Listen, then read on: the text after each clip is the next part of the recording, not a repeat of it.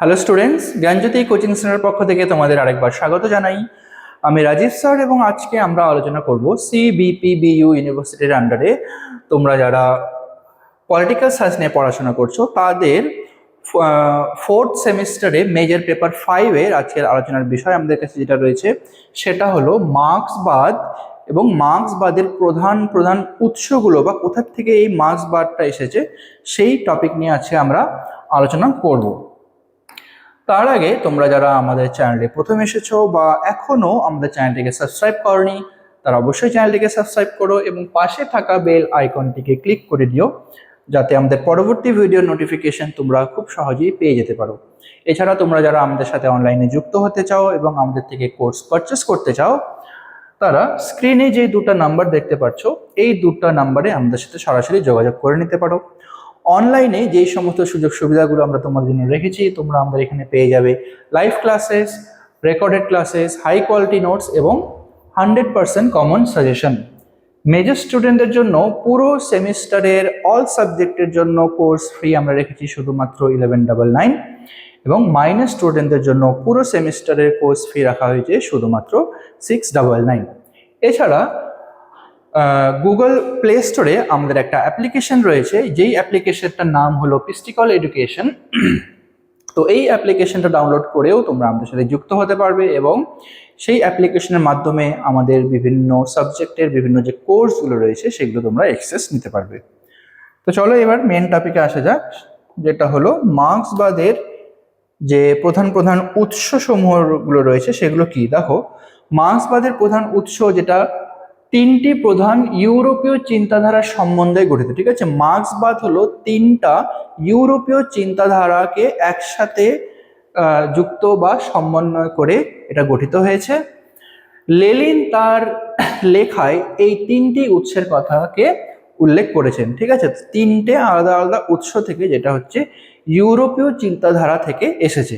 তো প্রথম যেটা আছে সেটা হলো জার্মান দর্শন। তো জার্মান দর্শন হিসেবে মার্ক্স বিশেষ করে দার্শনিক হেগেল এবং ফয়ারবাখের দ্বারা প্রভাবিত ছিলেন। তো দার্শনিক হেগেল যিনি ছিলেন এবং দার্শনিক ফয়ারবাখ, তো এই দুইজনের উপরে মার্ক্স যে খুব প্রভাবিত ছিলেন, ঠিক আছে, তাদের চিন্তাধারার বিষয়। তো এখান থেকে যে তত্ত্বটা এসেছে সেটা হলো দ্বন্দ্ব তত্ত্ব। ঠিক আছে, তো দ্বন্দ্ব তত্ত্বটা কি দেখো, তো হেগেলের কাছ থেকে মার্ক্স দ্বন্দ্ব তত্ত্ব গ্রহণ করেন, কিন্তু হেগেল ছিলেন ভাববাদী। মার্ক্স একে বস্তুবাদী রূপ দেন যা দ্বান্দ্বিক বস্তুবাদ নামে পরবর্তীকালে পরিচিত হয়। ঠিক আছে, তো দ্বন্দ্ব তত্ত্ব যেটা মেন ছিল সেটা হলো হেগেলের কাছ থেকে এই তত্ত্বটার এসেছে। ঠিক আছে, আচ্ছা, তারপরে যেটা রয়েছে সেটা হলো বস্তুবাদ। বস্তুবাদ এখানে বলা হয়েছে ফয়ারবাখ মার্ক্সকে শেখান যে জগৎ কোনো অলৌকিক শক্তির সৃষ্টি নয়, বরং এটি বস্তুগত। ঠিক আছে, আমাদের যে জগৎটা রয়েছে সেটা কিন্তু কোনো অলৌকিক শক্তি থেকে কিন্তু কখনো সৃষ্টি হয়নি। ঠিক আছে, বা বিশ্ব বলতে পারো, এটা কিন্তু বস্তুগত একটা জিনিস।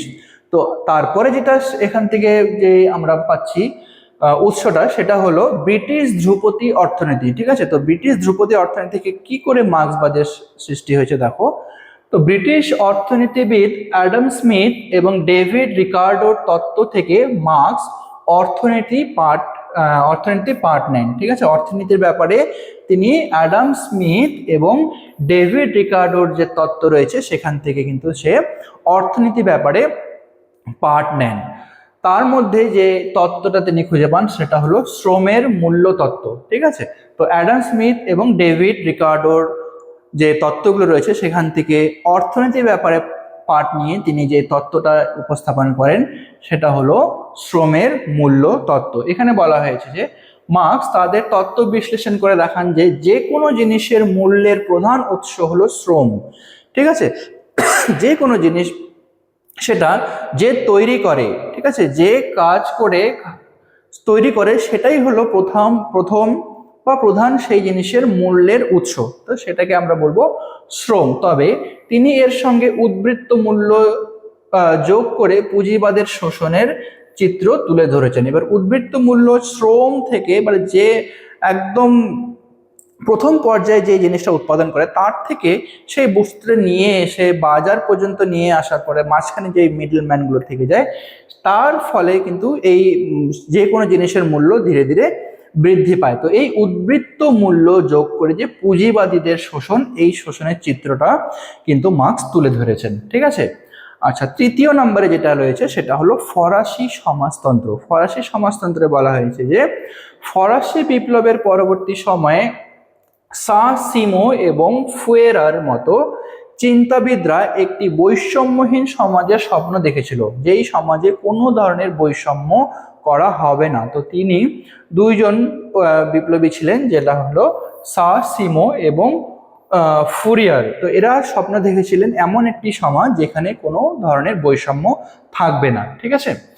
মার্কস তাদের এই কাল্পনিক সমাজতন্ত্র গ্রহণ করলেও তার সঙ্গে বিজ্ঞানের সংযোগ ঘটান। তো এই যে তাদের যে একটা কল্পনা ছিল, যেটা হলো বৈষম্যহীন সমাজ গঠনের একটা চিন্তাধারা, তো সেই চিন্তাধারাটার সঙ্গে মার্কস কি করে একটা বৈজ্ঞানিক সংযোগ ঘটায়। ঠিক আছে।